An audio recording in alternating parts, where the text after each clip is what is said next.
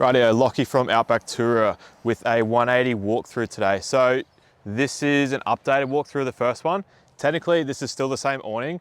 We just have a way better camera these days. I think the first time we did it, we brought an iPhone out. I had a big sea dog, Christian behind the camera. He had his finger over it. Cicadas going on in the background. It was 38 degrees. I think that day honestly shaved about 5 years off my life. So I'm out here making the most of what I've got left with another walkthrough of the 180. So strap in, we'll get into it. So first things first, we'll open this up and then I'll flip this bag over. Alrighty, so on this one we've got 3 straps and they're actually made out of the same material you make seat belts out of, so they're going to outlast everything. They are bloody good quality. So 3 Velcro straps, like so. And then grab your, it's like a little buckle here. We've actually attached these to the awning so you fellas can't lose them. The old ratchet ones that you see a fair bit we used to have, but there's just a bit of wear and tear on those mechanisms. So these like fasty sort of style ones seem to last a lot longer and they're attached to the awning so you literally can't lose it. So I'll normally attach this to my rooftop tent up in there. It is easier if I normally have the latch pre-undone. So next step, obviously you want to pull this tight, just like that, super easy. You just want to get it to 180 degrees. You don't need to go any further. Don't pull on it too crazy, but also like you got to put a little bit into it. From there, second half of the awning comes out. Oh, there it goes, kamikaze strap. There we go. So this side here. Now, I would prefer it if people tie these back to their roof rack rather than the bull bar. If you don't have an option, you can tie it back to the bull bar, but our personal opinion, it is better to tie these awnings back on a level plane rather than pulling down. I actually don't have anywhere on the bull bar to attach on this one, so I'll be going back to the roof rack. I won't show that whole thing, but pretty self-explanatory. I'll hook this around the roof rack and pull it tight and we'll move on to underneath the awning. So with your awning, you'll get this little bag, little carry bag. Inside, we've got our light cables, which will be on top. So they just plug into USB. We'll go through that in a sec. We've got our tie-down ropes in there. We've also got some pegs and a bolt kit. So let me just get that out. I've got some nice little ground pegs there. If you're on the beach, get some sand pegs. Don't try and use that on the beach. It's not designed for it. So get some sand pegs, but otherwise these are great on grassy area. We do include the 2 stainless steel brackets. We'll put a photo of that on the screen now. I don't actually have any with me, but we'll throw one up. Cables, so we've just got 2 cables like that, and they simply plug in like so. Put one in there, and I'll drop that. They are 2 separate cables. That means you'll need 2 USB ports. I'll open this up and show you how that works. So run these over, put it in there. Cool, so that's one light on. Second light on. Now, the awnings now have this warm white and they also have an orange color. So warm white and orange, or amber, whatever you want to call it. The awning is compiled of an internal frame that we've actually welded to this backing plate. Now, that's an important thing that might go over most people's heads, but why does it matter if it's welded versus riveted? What it means is because there's an external extrusion, the bag itself actually slides into the back of it. Other brands, what they'll do is they'll have that backing plate, they'll put a bag in between, and then they'll put that internal frame in, and the only way they can join this all together is by riveting it through. And in our opinion, it's just shortcutting a way, like the way you're meant to build awnings, which is fully welding them out. So you'll see we actually make a point of this in our product description that we do weld everything out. We don't put rivets through everything. If you ever rip your bag, you can actually pull the bag out from the sail track, gets damaged on a track, it does happen, then you can be back up and running in an hour. These arms, they're all a double truss system, so that means that these arms have 2 trusses that run the entire way to the end. They don't run into one truss and come all the way out to save material. That also means that this LED can run the whole length of the awning arm. The LEDs, as always at Outback Tourer, everything is thawed out and bush proof. These are actually in an extrusion. This light sits inside that extrusion. It's not like other companies, they'll laser cut this out and it's just a bit rough, and the only way that these lights are in here, they're all screwed in, and if you're ever caught out in the bush or anything, then it is hard to change. So ours are all on plugs. These switch panels are on screws. These are 2 separate parts. If you ever needed any parts in the future, we'd be able to send it out to you. All these arms, they're on an individual axis, and what I mean by that is other awnings on the market they come off, they have 2 arms and they'll actually swing off one axis. And what that means is you stand back and look at your awning, you get all these sorts of dips and whatnot all through it. It's not clean, doesn't look nice. And they can't put a gusset in here. So we can actually weld all these arms the entire way through. So each arm TIG welded all the way through, nice and solid. We've noticed that other brands have started just really cheapening the product and how they're designed. They're getting an extrusion and they're slipping it over a cast aluminium joint. And if you know anything about how awnings should be built, just how different metal compositions work in general, making an awning out of cast aluminium, it's just subpar. You need to weld them out. It shouldn't happen. They'll crack. You drop a piece of cast on the floor, it can literally explode. Like, you don't make awnings out of it. They need to be welded out. So just something to put in the memory bank when you are comparing awnings. That is something to look at.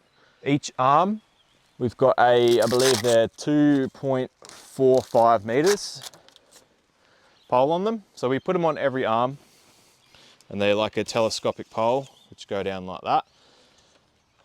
Honestly, if it's really windy, I wouldn't say you need poles, but if you're leaving the awning unattended, I just wouldn't leave it unattended without a pole being down and it being roped down. That's why we put a pole on every single arm. We do have wall kits for these awnings as well, which fully encloses every side. So we've got 6 sides in total, including these ones up the back. So each side can be closed in. We noticed a few swag guys when they were camped here in the cold, they were complaining about the breeze coming underneath the car. So we did make sure that we completely enclosed the 180 awning. All right, I parked on a hill. I thought I was going to get away without using the stool, but yeah. Like, I'm not that short, I swear, but this is a very high car. Everyone's coming in the showroom lately saying, yeah, I watched the video with the short guy with the beard. Like, I'm not 6 foot, but I'm not 5 either. But this car is incredibly high. Anyway, moving on, we got on our double truss arms here, we've got these little rain arms. Now these are pretty cool. This is just a little protective bit of PVC we put over it. Like, we weren't having any issues with them rubbing, but honestly, when people are out there doing 10,000 Ks a year of like hard tracks, it doesn't hurt just to have a bit more protection. So even though these are all double stitched, we thought we'd just put these little protective things. All right, so opening that rain arm up, just goes up like that, and what that does, that just gives us a bit of extra runoff off the awning. That paired with, you will, like if it is raining, you will also need to tie off on these rain gutter points. So each panel has its own rain gutter point, and if you put all of those arms up, the little rain arms, and tie it off, you're going to be able to leave your awning up overnight without getting any pooling on top, which is cool.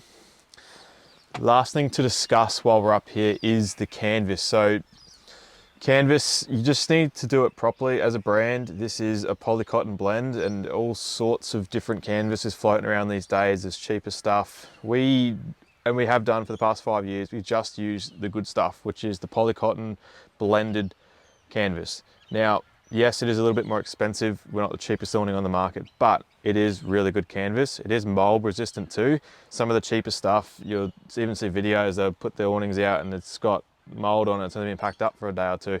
You need to use the right canvas, and that way, if you do pack it up and you don't air it out for like 3 days or so, 3 to 5 days, you open it up and it's not molded over. You can wipe it off. It is good quality stuff. And most importantly also is the canvas is all ripstop. So it needs to be a ripstop canvas. This is the, like I said, same stuff we've been using in our tents and awnings for 5 years. It's proven. And if you ever do get a little mark in it, it's not going to keep spreading. If you use like an Oxford canvas, which is, it's kind of, you know, it's not even really canvas, but it is technically classed as it, but it's just cheap. It doesn't have ripstop in it. And if you do get a little mark in it, you can just split the whole awning. Like, you imagine you go to pull that awning back to the vehicle and it's got a rip in it, like you can write your whole awning off. So it needs to be ripstop, which is the stuff we use, and then we seam seal all the joins to make sure we don't get water dripping everywhere. Packing this thing up, I've already gone and disconnected the front. Now, when you first get the awning, it's really important you look at how it was packed away. So that way, when we do it the second time, it's all gonna be packed up properly. And the way to do this correctly is do one side at a time. Don't try and shut both sides at once. If it's windy, you're probably gonna have that side pegged out, so it's a bit safer to leave it pegged out. And you just wanna do this side. And what we're gonna do is walk around here, and this is the most important step. We don't want to be pushing this arm up over the top. Like, you can see the awning, it does not want to go up there, but we've had a few instances, we get a few videos and they're wondering why it's not working or it's caused the problem. It's because this arm's gone over the top. So if you leave that side completely out, it is very difficult to do it wrong because it physically won't pack up properly. And what you need to do is grab your right hand and just push that up and go under. Or, you know, it will do it itself. Like, if you just walk in here, give it a bit of a push, it will go under like that. And that's how you need to do it. I know when you first open it, you're excited, your neighbour's got his head over the fence. What's that? Oh, let me come over and have a look. Your wife's mad because you spent all her money and you're not paying attention, you're excited, your pants are off, mate. Paying attention, I get it. So this is why we put it in the video. I'll grab that other side and we'll roll him up. All right, so second side comes around. Right, so little trick here is, I'm gonna have to get my step, just bear with me. All right, so hot tip is you don't wanna start rolling this up while the bag's all stuck in at the back. You'll end up doing it twice. You wanna push this up over the top of the whole awning like that. Readjust the step, we'll get that one later. But under here, you'll see where these straps are, and that is a key indicator as to where these top pieces are. So that's those top pieces there. We've got 3 of them. 1, 2, 3. And from there, these little straps here, you can roll them up inside, or you can do it at the end and tuck it in the bag. I like doing it at the end. That way, when I undo the awning, I don't want these to fly out and hit my canopy, so I know where they are. So I'll actually, as I zip it up, I'll put them in. But from there, it's very simple. We just want to roll it up, tuck it up nicely, and then put these straps on. I want them nice and tight. Like, I'm reefing on that because I want to eliminate as much movement in here as possible when we're driving. If you're on corrugations, you don't want your awning flying around. So we do those up nice and tight, and then we'll button this all up, zip him up, and we'll be sweet to go. Rightio, thanks for watching. That was a lot more enjoyable to film than the first one we ever did. That was, yeah, still have nightmares from that one. That's the 180 awning, really awesome setup. Like, this is a really big truck, and even on a big truck, I personally just run the 180. It's nice and sleek, I like it. It's simple and heaps of shade. It makes it easy to still get up in the tent. You can get the ladder on the back. You do have the D-zips, which are awesome as well. This is just my personal pick. But yeah, all the awnings are great. They fit to every setup. If you have any questions, you're wondering, oh, how do I fit to this setup? We're responsive 7 days a week. Jump on there and send us a message. We'll get back to you soon. Cheers.